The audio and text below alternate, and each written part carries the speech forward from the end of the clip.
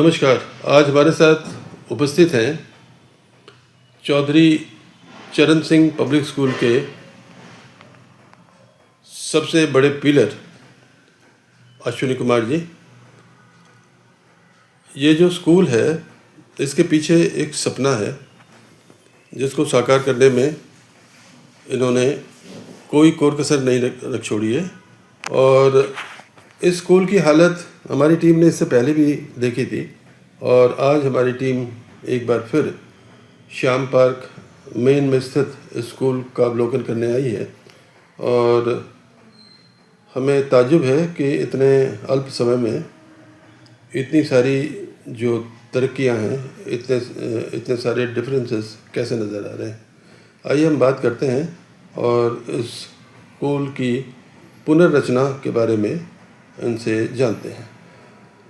अश्विन जी नमस्कार। नमस्ते सर। अश्विन जी ये बताइए कि ये तो नहीं कहूँगा कि इस स्कूल की स्थापना आपने की जी, बल्कि इसको एक तरह से आपने अंडरटेक किया जी। तो चूँकि हमारी टीम ने पहले भी इस स्कूल के बारे में छापा था और देखा भी था, तो हम ये ज़रूर जानना चाहेंगे कि इस स्कूल का अधिग्रहण आपने किस मंशा के साथ किया और आगे उसको कैसे बढ़ाने की क्या योजना है आपके पास? मेरा इस स्कूल को चलाने का और इस चीज़ को आगे बढ़ाने का सिर्फ एक ही सोल पर्पस है कि मैं with a very minimal fees and with a very minimal wages मैं बच्चों को अच्छी क्वालिटी एजुकेशन प्रोवाइड करा सकूं। जी। मैं नर्सरी टू 12th तक का स्कूल रन करता हूँ मेन श्याम पार्क में जी। रेलवे माल गोडाउन के पीछे, रेलवे माल गोडाउन के पीछे जी। एंड जो मेरे यहाँ की स्ट्रीम्स हैं वो हैं arts, commerce, PCM and PCB जी। और जो मेरी यहाँ की फ़ीस है वो बहुत ही मिनिमल है। छोटे से छोटे वर्ग का बच्चा भी और बड़े से बड़े वर्ग का बच्चा भी इसको ईजिली अफोर्ड कर सकता है। जी। इसके अलावा हम यहाँ पे क्विज कॉम्पिटिशन्स कराते हैं, स्ट्रीम्स कराते हैं, जी। सब कराते हैं जी। जिससे कि बच्चे की एक ओवरऑल डेवलपमेंट हो सके। जी। ओवरऑल डेवलपमेंट बहुत ही ज़रूरी है बच्चे के लिए जी। क्योंकि जस्ट बिकॉज अगर कोई बच्चा पढ़ने में अच्छा है डजंट मीन वो लाइफ में भी अच्छा करेगा। उसे हर चीज़ का एक्सपोजर होना चाहिए जी। कि किसी पर्टिकुलर सिचुएशन में उसे कैसे एक्ट करना है। जी।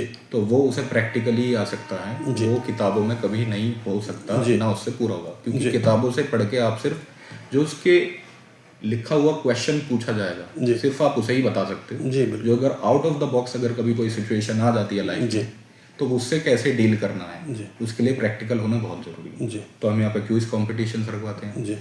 बैंकिंग जो हमारा सब्जेक्ट है उसके लिए हम एक सेटअप बनाते हैं जिसमें एक चीज़ की जाएगी कि कुछ स्टूडेंट्स बैंक मैनेजर्स या जो उनके कैशियर्स होते हैं, अकाउंटेंट्स होते हैं, उनकी तरह एक्ट करेंगे और कुछ स्टूडेंट्स वहाँ पे एज अ कस्टमर जाएंगे और उसमें जो भी एक बैंक की एक्टिविटीज़ होती हैं वो की जाएंगी ताकि उन्हें एक एक्सपोजर मिल सके कि भाई हाँ जो बैंकिंग सब्जेक्ट है उसमें एक्चुअली है क्या।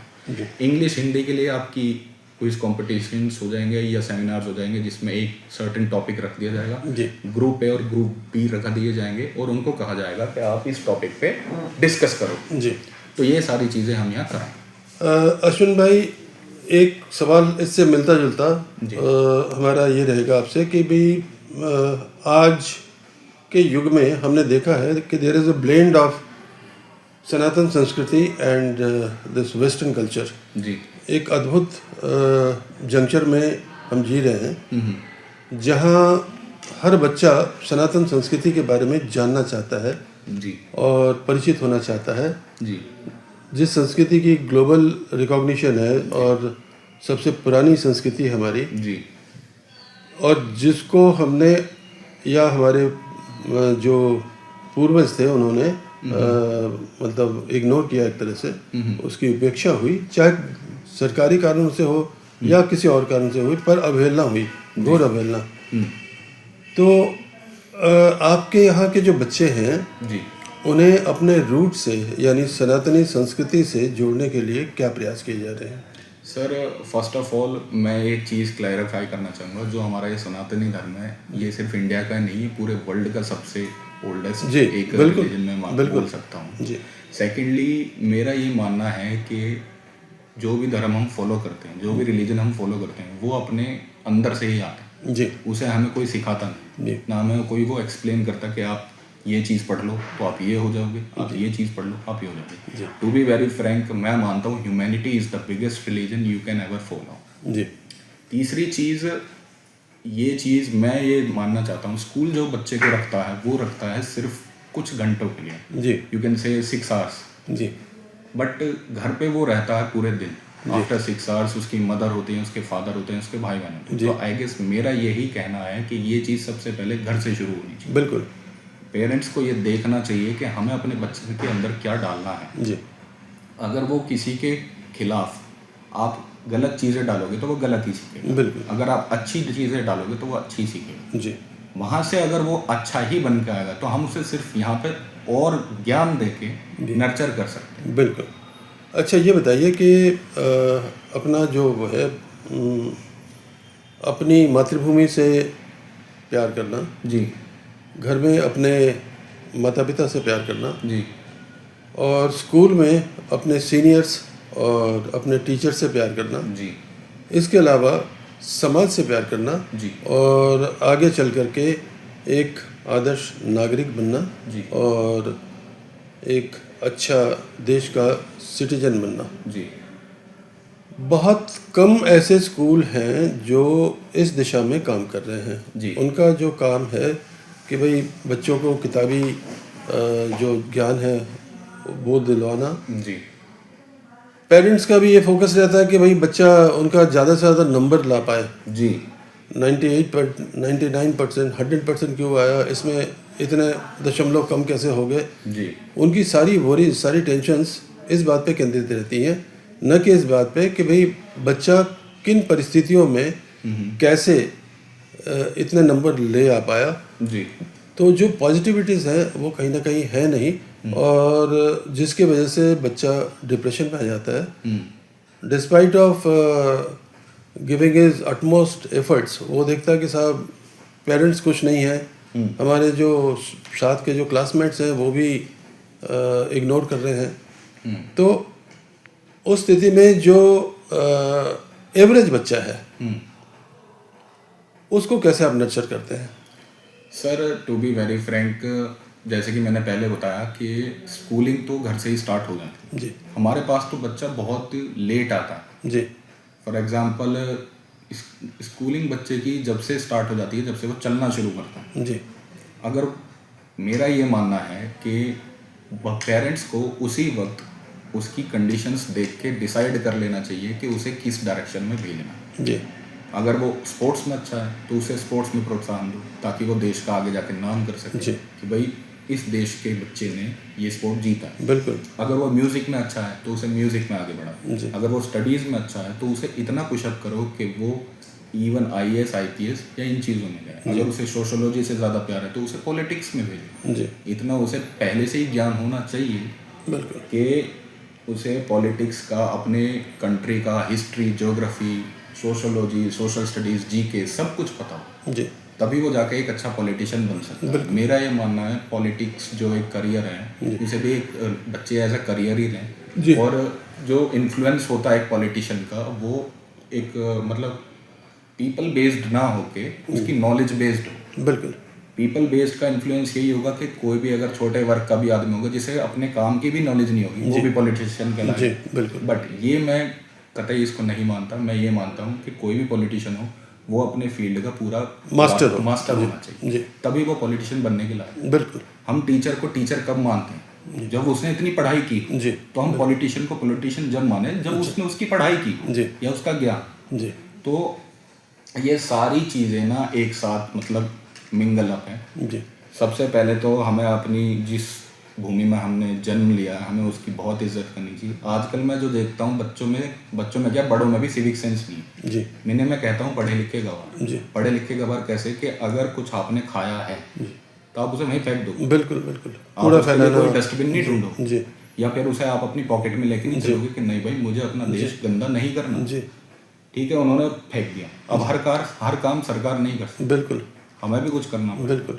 सरकार हर जगह आप पे डंडा नहीं बजाएगी। बिल्कुल। आपको भी अपने डंडे अवॉइड कराने हैं, आपको भी जगह क्लीन रखनी है। अगर आप अपना घर क्लीन रखेंगे, अपना मोहल्ला क्लीन रखेंगे, तो चीज़ें अपने आप साफ हो जाएंगी। बिल्कुल। ठीक है, हर चीज़ हम सरकार पे नहीं छोड़ सकते, बट ऐसा भी नहीं है हर चीज़ हम खुद कर सकते हैं। तो it's a two way street.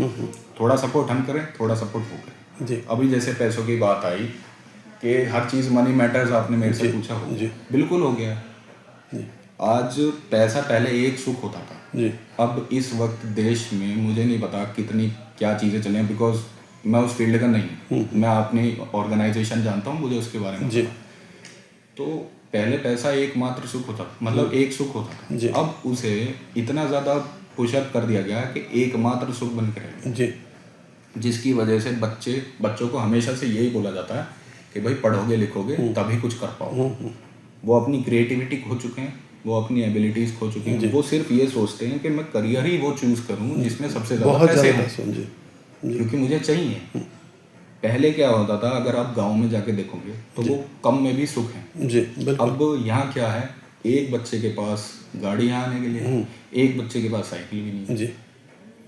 तो डिफरेंसेस यहाँ तक पहुँच चुके हैं। जी, और differences causes jealousy also. Yes, rivalry आ जाती है, बिल्कुल राइवलरी आ जाती है, आपकी जेलेसी आ जाती है, ईगो आ जाती है कि भाई जो मेरे पास है इसके पास क्यों नहीं है, और जो मेरे पास है अगर इसके पास कुछ है तो मेरे पास क्यों नहीं। यही चीज़ मैं आपसे जानना चाहता हूँ कि अपने जो यहाँ के छात्र हैं जी, आपके स्कूल के, जी, उनमें जो सब्सटेंशियल वैल्यूज़ हैं और जो मॉरल वैल्यूज़ हैं, जी, उनका तालमेल, उनका सामंजस्य आप कैसे बैठा पाते हैं? कैसे उन्हें इस चीज़ को दिखा पाते हैं कि बेटा केवल पैसा कमाना ही जीवन का एकमात्र उद्देश्य नहीं है, आपको एक अच्छा नागरिक बनना है, अच्छे माता पिता भविष्य के बनना है, और सबसे बड़ी बात है कि देशभक्त बनना है। जी sir, like I said before, मेरे पास बच्चा 6 घंटे के लिए रहता है। 6 घंटे में आई गिव माई बेस्ट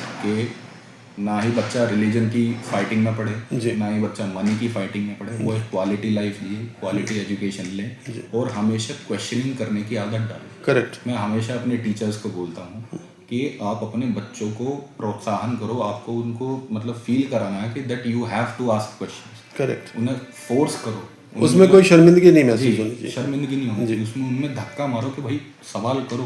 बिल्कुल, पूछना ज़रूरी है, क्योंकि पूछोगे नहीं तो समझ में ही नहीं आएगा। नहीं, नॉर्मली बच्चे हेजिटेट करते हैं कि मेरा मजाक बन जाएगा, मेरी हंसी बन जाएगी जी, और अगर नहीं पूछोगे तो तुम्हारा ज्ञान अधूरा है। बिल्कुल। And half knowledge is dangerous knowledge. बिल्कुल। अगर या तो बिल्कुल ही नहीं होनी चाहिए, बट अगर हाफ नॉलेज लेके चले हो तो आप उसके हिसाब से गलत एक्टिविटीज़ करोगे जी, गलत डिसीजंस लोगे जी, और आपको गलत परिणाम मिलेंगे। जी, तो मेरा यही कहना है कि बच्चों, मैं जो यहाँ पर कोशिश करता हूँ, मैं यही करता हूँ कि मैं उन्हें as a complete human being, वो इज़ कंप्लीट इन एवरीथिंग, मैं उन्हें वो बनाने की कोशिश करूँ। Be it education, be it from fitness, be it from moral values, be it of social values, किसी भी चीज़ पे मैं कोशिश करता हूँ कि मैं उन्हें पूरा उन पर फोकस रखूँ। बाकी जो आगे की चीज़ है वो उनके पेरेंट्स देखेंगे और उनका ही काम। अभी नंबर ऑफ पेरेंट्स स्टूडेंट्स कितने होंगे अपने पास? नंबर ऑफ स्टूडेंट्स सर मेरे पास अभी अराउंड 300 है। ओके। और अभी आगे आपको उसको कहाँ तक ले जाने का? मेरा इसे एटलीस्ट 1000 तक ले जाने का। करेक्ट। और ये जो लेवल आपने बताया कि अभी आप 12वीं तक शिक्षा दे रहे हैं जी, इसको आगे कैसे, ग्रेजुएशन या उसके बाद पोस्ट ग्रेजुएशन वगैरह अगर करना चाहेंगे, का आशीर्वाद रहा तो वो भी करेंगे। जी। और हम इस समय 2026 में जी रहे हैं जी। 2030 में हम इस स्कूल को किस रूप में देखना चाहेंगे? आप 2030 तक इस स्कूल को बिल्कुल एक ही बहुत ही स्ट्रॉन्ग एंड बहुत ही मतलब well build and with well infrastructured and with well courses available में देख पाएँ। अश्विन भाई, आप स्कूल वाइज किसे अपना अचीवमेंट मानते हैं? एक अच्छी बिल्डिंग, अच्छा इंफ्रास्ट्रक्चर, या ब्रिलियंट स्टूडेंट्स? मैं सर इसमें अगर मैं इसका जवाब दूं तो मैं इसमें एक अच्छी एजुकेशन को मानूं जी, क्योंकि एजुकेशन ही सबसे मेन है। जी, एक टीचर पेड़ के नीचे भी पढ़ा सकता है और एक टीचर एक कमरे में भी पढ़ा सकता है। बिल्कुल। डिपेंड करता है टीचर क्या पढ़ा रहा है। जी। बस। आपने हमारे दर्शकों के लिए बहुत सारी जानकारियाँ साझा की, आपका बहुत बहुत एक धन्यवाद। लास्ट में लाइन बोलना चाहूँगा सर। जी बिल्कुल। मैं इंडिया की पूरी जनता से अपील करता हूँ, मैं हाथ जोड़ कर रिक्वेस्ट करता हूँ कि first of all we all are Indians, ना ही हम किसी भी धर्म जाति वर्ग के, हम पहले भारतीय हैं जी एंड हमें यही सोच रखनी चाहिए जी एंड कभी भी हमें ये नहीं सोचना चाहिए कि कोई भी प्रॉब्लम आ जाए हमारी लाइफ में हम अपने बच्चों की पढ़ाई छुड़वाएं या हम अपनी पढ़ाई छोड़ें। जी हमें इतना एजुकेट अपने आप को करना है कि हमें ये डिसीज़न लेने में किसी भी पॉलिटिशियन या किसी भी आदमी से सलाह मशवरा ना लेना पड़े कि ये सही है या ये गलत, जी या ये गलत है या ये सही। जी हमें अपने आप को इतना एजुकेट करना है। तो मैं सबसे हाथ जोड़ के विनम्रता बोलता हूँ कि प्लीज़ अपने बच्चों को इतना ज़रूर पढ़ाएं कि वो सही और गलत की समझ रख सकें और किसी के भी इन्फ्लुएंस में आके गलत डिसीजन ना हो। बहुत बढ़िया, आपका बहुत बहुत धन्यवाद।